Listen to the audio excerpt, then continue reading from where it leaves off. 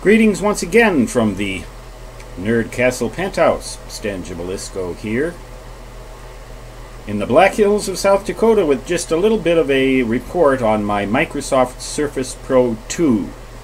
So a little bit of good and a little bit of bad. The good is that the thing is really good and fast. It works fast. It has an entirely solid state drive, and they've managed to do a good job with that. Another thing is that the display is great. I really like the display. It's small, and I need to wear reading glasses in order to use it, but that's partly just me. You can plug, it has one USB port. I'm not sure that's quite so good. It'd be nice if it had two, but I mean, it'd be nice if it had 50, you know, for a guy like me.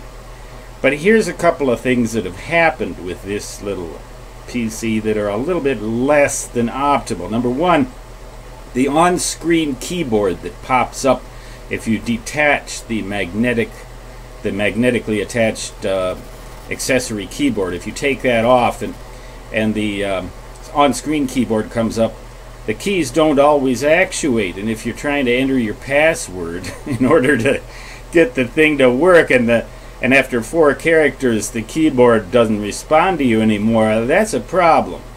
That doesn't happen when I attach the thing. It holds it on by a magnet, you know. It's kind of nifty. That external keyboard, or that accessory keyboard, is small. It's hard to use. If you're going to write the Great American Novel, I wouldn't recommend that keyboard.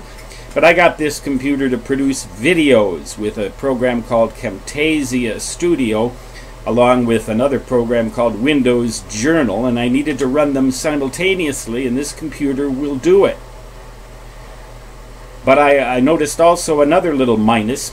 When I went to produce a video using Movie Maker, which is a Windows program, and there wasn't anything else running, I actually produced the video about too much government, ?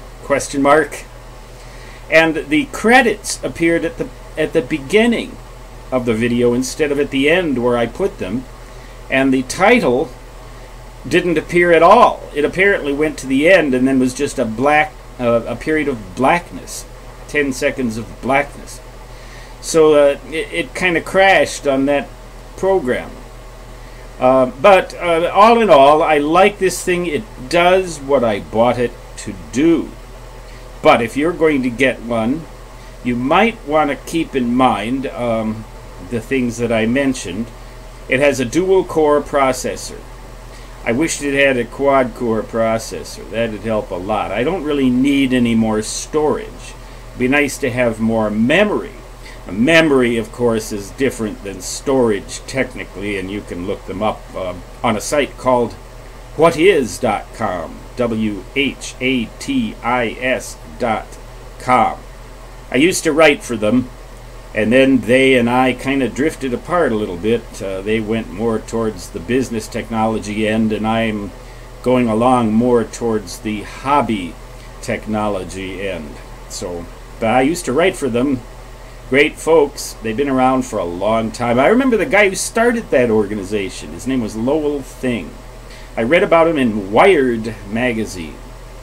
I read about his site way back in 1997, I believe it was, and I wrote to him, or I emailed him, and I said, can I write for you? You know, I'd like to write for you. And he said, great. And it went on from there for the better part of 2 decades. Great site, though.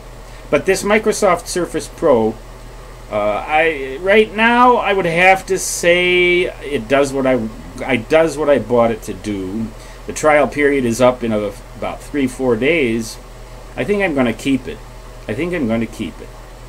At this point. Stan Gibilisco signing off. Till next report. So long.